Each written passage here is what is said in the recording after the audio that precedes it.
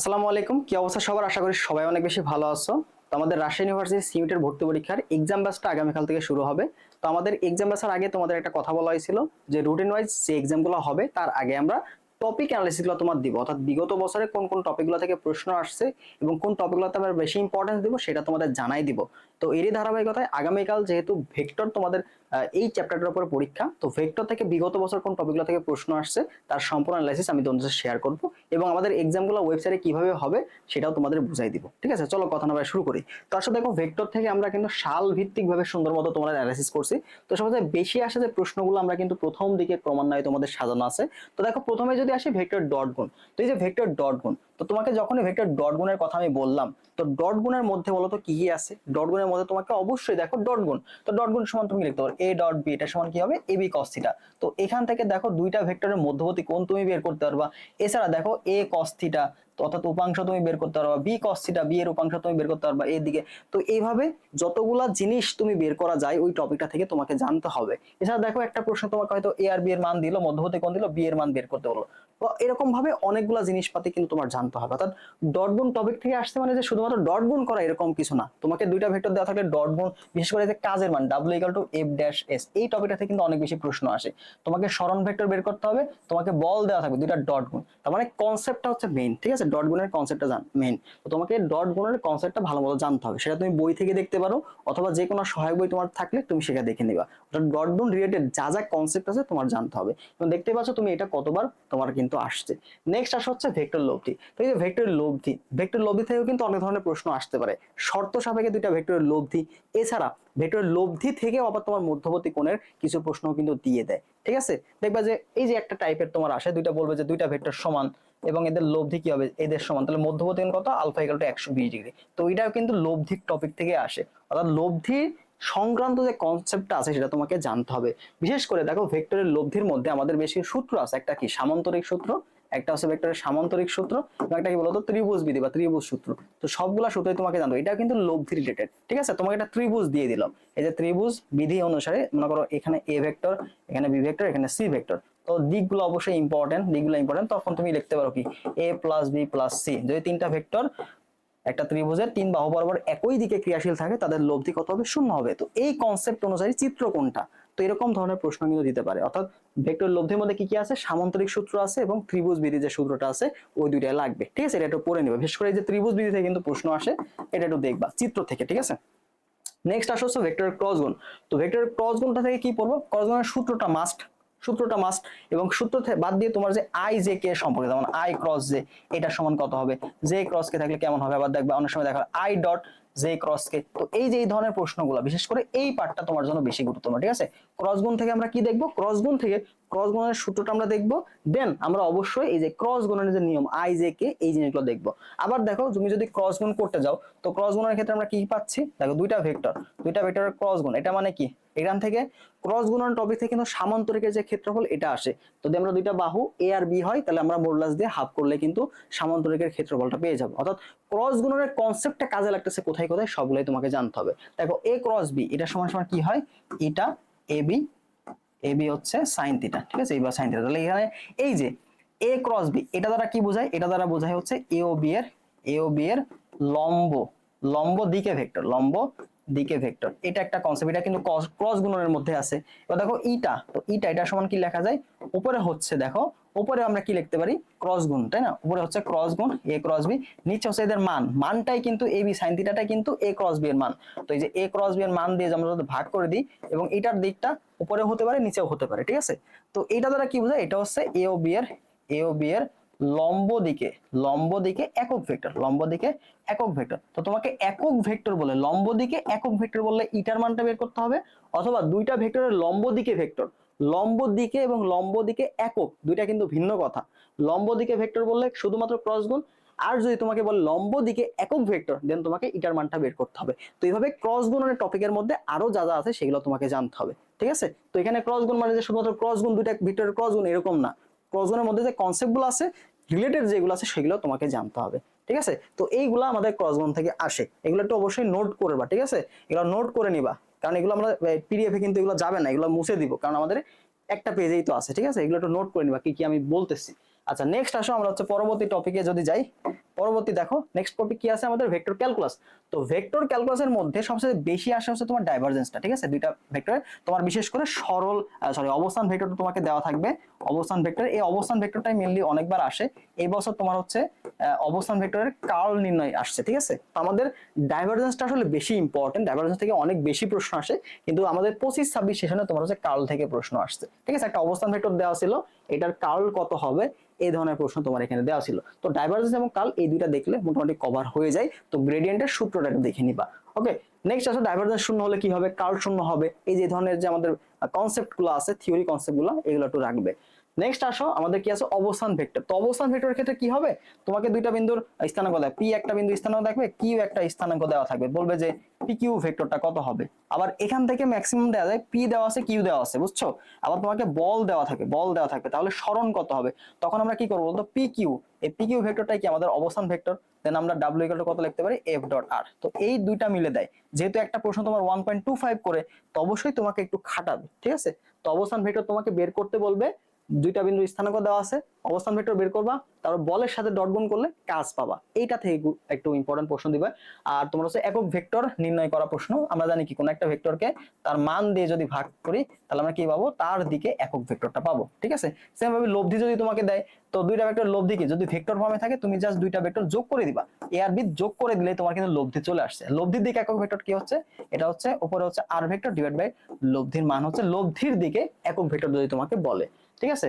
আবার নেক্সট হচ্ছে ছাতা, এই যে বৃষ্টি ছাতা যে প্রশ্নগুলো আছে, এখান থেকে ম্যাক্সিমাম ক্ষেত্রে তোমার হচ্ছে মধ্যবর্তী কোণটা বের করে দিবে, ঠিক আছে। মধ্যবর্তী কোণটা বের করে দিতে পারে, অথবা তোমার হচ্ছে বৃষ্টির বেগ কত, অথবা হচ্ছে যে লোকের বেগ কত, এই ধরনের প্রশ্নগুলো তোমাকে দিবে। তিনটা জিনিস আসতে পারে এখান থেকে। একটা হচ্ছে বৃষ্টি ছাতা ম্যাথ থেকে মধ্যবর্তী কোণ কত হলে বৃষ্টি এরকম পড়তেছে, ওইটা থিটা বের করতে দিতে পারে। অথবা ভি আর মানে রেইন বা বৃষ্টির যে বেগটা সেটা তোমাকে বের করতে পারে। অথবা যে ব্যক্তি যাচ্ছে ওই ব্যক্তির বেগটা কত হবে, এটা তিনটা জিনিস তোমার এই আপেক্ষিক বেগ থেকে আসতে পারে। গত বছর আমরা দেখলাম মনে হয় ভি এফ এম এর মানটা বের করতে বলছিল। নেক্সট আসলে নদী নৌকা সংক্রান্ত, অনেক বছর আর কি পরে এটা রাবিতে আসছে, 25-26 সেশনে সূত্র থেকে প্রশ্ন আসে। অবশ্যই নদী নৌকার সূত্রগুলো জানলেই, এবং কোথায় দেখবে যে ন্যূনতম সময়ে এবং ন্যূনতম দূরত্বে দুইটা কথা উল্লেখ থাকবে, ঠিক আছে। ন্যূনতম সময়ে এবং ন্যূনতম দূরত্বে দুইটা একটু দেখে নিবা। তো কোথায় পাবা এটা, তুমি ভাই ইউটিউবে সার্চ করলে, প্রত্যেকটা টপিক ইউটিউবে সার্চ করলেই তুমি কিন্তু অসংখ্য টিউটোরিয়াল পেয়ে যাবা, ঠিক আছে। তোমার যে কোনো কোর্স করতে হবে এরকম না, তুমি যদি এই টপিকগুলো লিখেও সার্চ করো ইউটিউবে, প্রত্যেকটা টপিক তোমাকে সুন্দর ডিটেলসে বুঝাই দেওয়ার মতো অনেক অনেক ভিডিও আছে, ঠিক আছে। নেক্সট আসো ভেক্টরের উপাংশ বা হচ্ছে লোন রোলার টাইপের, ঠিক আছে। ভেক্টরের উপাংশটা ক্লিয়ার রাখবা, ভেক্টরের উপাংশটা ক্লিয়ার রাখলে এখান থেকে অনেকগুলো প্রশ্ন চলে আসতে পারে, পারবা তখন। তো আমাদের লোন রোলার যখন তুমি টানো, টানার সময় কি বলো তো, টানার ঠেলার ক্ষেত্রে দুইটা পার্থক্য আছে। তুমি যখন ঠেলবা, এভাবে যখন ঠেলো তখন কি ওজনটা বেশি লাগবে, কিন্তু যখন টানবা তখন কি হয়, ওজনটা কম লাগে। তো এই যে উপাংশে যে ভাগ হয়ে যায়, ঠিক আছে, উপাংশে যে ভাগ হয়ে যায়, যেভাবে যখন তুমি টানতেছো তখন উপরের দিকে কি করছো, টানতেছো, তখন কি নিচের দিকে একটা উপাংশ আছে, এবং তোমার হচ্ছে এই বরাবর একটা উপাংশ আছে, লম্ব উপাংশ যেটা, এটা আর কি উপরের দিকে যাচ্ছে। আর নিচের দিকে কি বলতো, নিচের দিকে তোমার হচ্ছে ওজনটা কাজ করতেছে। আর উপরে কি বলতো, এফ সাইন থিটা। তো এফ সাইন থিটা কি করছে, এম জি থেকে কমাই দিচ্ছে। তাহলে কতটুকু ওজন কম মনে হচ্ছে, এফ সাইন থিটা পরিমাণ ওজন কম মনে হচ্ছে। তো এই ধরনের প্রশ্নগুলো ছিল এবছর। তো এই টপিকটা একটু ভালো করে দেখতে হবে। তো এগুলা মূলত ভেক্টর থেকে আসা টপিকগুলা।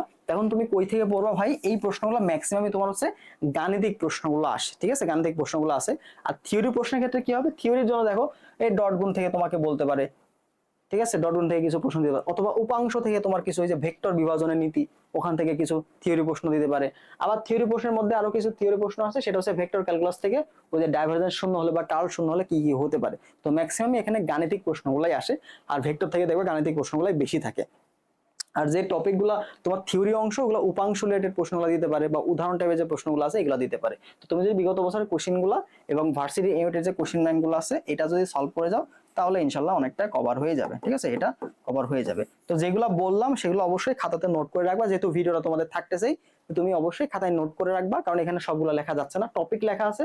আর ডিটেলসটা কিভাবে পড়বা, কারণ এটা দিয়ে দিলে তোমরা বুঝতে পারতাম যে ভাই কিভাবে পড়তে হবে, কারণ টপিকটার মধ্যে আসলে অনেক কিছু জিনিসপত্র আছে। আমি যখন ভিডিও দিয়ে দিলাম তখন তোমার কাছে ক্লিয়ার হয়ে যাবে আসলে কোন জিনিসগুলো এক্স্যাক্টলি পড়তে হবে। ওকে, তো এই ছিল মূলত আমাদের টপিক অ্যানালাইসিস। তো এবার চলো এক্সাম গুলো আমরা কোথা থেকে দিব, কিভাবে দেখবো একটু দেখে নিই, ঠিক আছে।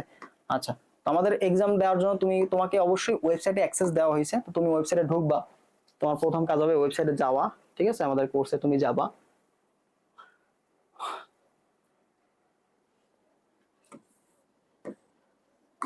দেখো তুমি কোর্সে যাইতে পারো, অথবা তোমার যে প্রোফাইল অপশন আছে এখানে তুমি ক্লিক করলে তোমার কোর্স চলে আসবে, অথবা তুমি যদি নিচের দিকে যাও তাও দেখবা কোর্স চলে যাবে। রাবি সিমিটার কোর্সটা আছে না, বিস্তারিত যাবা। তো আমার তো এখন এনরোল করা নাই, তো আমি উপর থেকে দেখাচ্ছি। দেখো এই যে ডেমো এক্সামে, তো এই যে লাইভ এক্সাম সেকশন দেখছো না, এখানে লাইভ এক্সাম লেখা আছে, এখানে তুমি ক্লিক করবা। তো এখানে ক্লিক করলে যে লাইভ এক্সামে এখানে তোমার কালকের যে এক্সামটা, অর্থাৎ আগামী 25 তারিখ থেকে আমাদের এক্সাম হবে রাত 9টা থেকে শুরু। তো রাত 9টার দিকে তুমি লাইভ এক্সামে ক্লিক করলে এখানে তুমি একটা এক্সাম পাবা, হাইলাইট হয়ে আছে। তো এক্সামে ক্লিক করে তোমার এক্সামগুলো দিতে হবে। দেখো যে ডেমো এক্সাম আমরা একটা এক্সাম দেখতে পাচ্ছি, খুবই সহজেই তুমি দিতে পারবা। তো এখান থেকে দেখো নিউটন বলবে একটা এক্সাম আমি দেই। তো এরকম ভাবে এক্সামগুলো থাকবে, এই যে এরকম এক্সাম ইন্টারফেস আসবে অনলাইনে।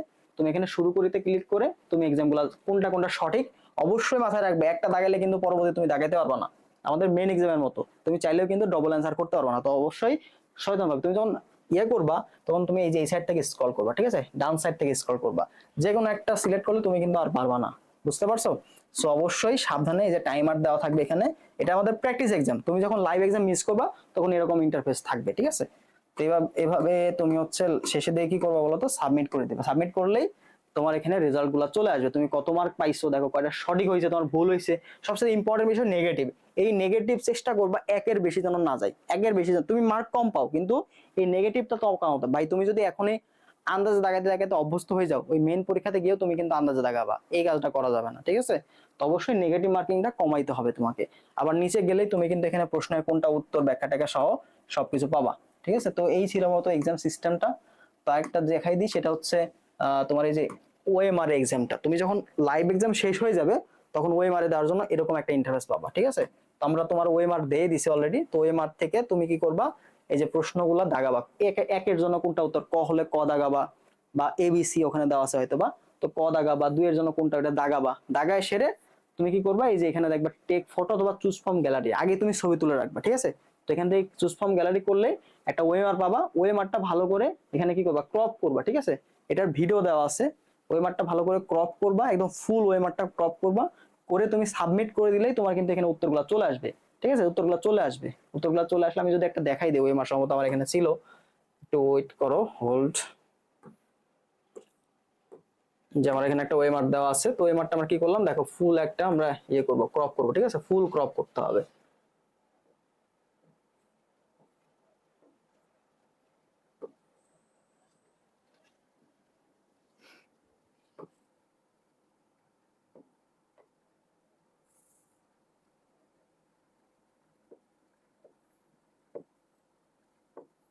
অবশ্যই একদম এই যে লাল বাউন্ডারি দেখতে পাচ্ছ না, লাল বাউন্ডারি পর্যন্ত তোমাকে ক্রপ করতে হবে, ঠিক আছে। মোবাইলে করলে আরো ইজি হবে। তো ক্রপ করে তুমি এখানে অ্যাপ্লাই ক্রপ করে দিবা, তাহলে তোমার এখানে আপলোড হয়ে যাবে, ঠিক আছে। আপলোডের জন্য একটু সময় লাগবে, নেট স্পিড ভালো থাকলে আরো দ্রুত হবে।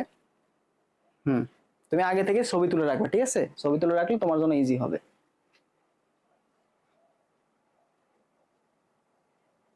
দেখো এখানে আমাদের ক্রপ হয়ে গেছে, ফুল যেন আসে, ফুল ওএমআরটা যেন আসে, কনফার্ম করে দিবা। দেখো এখানে আমার কিন্তু দাগানো নাই, দেখো একটা ওকে সিলেক্ট করা আছে, সিলেক্ট করা নাই। দেন তুমি এখান থেকে প্রসেস ওএমআর ক্লিক করবা। এখন দেখো এখানে কিন্তু সিলেক্ট হয়ে গেছে, দেখো ট্র্যাক করে ফেলছে। এখন দেখো তুমি কোনটা দাগাইছো, সিলেক্ট হয়ে গেছে। যদি কোনোটা বাকি থাকে, সাপোজ তুমি এখানে দাগাইছো বাট এখানে আসেনি, তুমি নিজে করে নিজের হাতে কিন্তু এগুলো সিলেক্ট করতে পারবা। যেমন দেখো আমার এখানে হচ্ছে এই যে এটা মনে করো দাগানো নাই, আমি কি করলাম, এই যে এটা দাগাই দিলাম। দেখো এখানে এটা দাগানো নাই, আমি কি করলাম, এটা দাগাই দিলাম। যদি তোমার ওএমআর এ দাগাইছো বাট এখানে আসে না, এরকম হয়, তুমি নিজে ম্যানুয়ালি এখান থেকে সিলেক্ট করে দিতে পারবা। তো সিলেক্ট করার পরে সাবমিট করে দিবা। সাবমিট করলে ভাই তুমি এখানে ইজিলি কয়টা সঠিক কয়টা ভুল সব দেখতে পারো। দেখো কোনটা কোনটা ভুল হয়েছে, দেখো এই যে ক্রস দেওয়া আছে, লাল দেওয়া আছে। ইভেন তোমার মার্কটা দেখাই দেবে এখানে, ঠিক আছে, কয়টা সঠিক কয়টা ভুল, নেগেটিভ মার্কিং কত আসে, কতটুকু সময় লাগছে। এভাবে নিচে গেলে তুমি কিন্তু উত্তরগুলো দেখতে পারবা। তো এইভাবে খুব সুন্দর মতো তুমি আমাদের ওয়েবসাইট থেকে এক্সামগুলো দিতে পারবা, ঠিক আছে। দেন আবার দেখো এখানে তোমার হচ্ছে এই যে পিডিএফ সেকশনে তোমার ওএমআর দেওয়া আছে, এটা তুমি প্রিন্ট করবা বাসায় বসে, ঠিক আছে। যে ওএমআর শিট আছে না, এখান থেকে প্রিন্ট করবা। এখানে দেখো লাইভ এক্সাম রুটিন দেওয়া আছে, ভার্সিটি এমটের কোশ্চেন ব্যাংকটা দেওয়া আছে। আর ক্লাস সেকশনে তোমার কিন্তু এগুলো অ্যাড হবে, ঠিক আছে, গাইডলাইন যে টপিকগুলো এগুলো ক্লাস সেকশনে অ্যাড হবে। অলরেডি আমাদের ফিজিক্স 25-26 প্রশ্ন সলভ ক্লাস দুইটা অ্যাড করা আছে। আর ডিসকাশন গ্রুপে তোমাদের ডিসকাশন জন্য আমাদের গ্রুপ দেওয়া আছে, এখান থেকে তোমার প্রবলেম সলভিং এগুলো তুমি করে নিতে পারবা, ঠিক আছে। তো এই ছিল মতো আজকে, যেহেতু প্রথম এক্সামটা শুরু হবে এই জন্য আমরা ডিটেলসটা বুঝাই দিলাম। নেক্সট ভিডিওগুলো ছোট ছোট হবে, ওকে।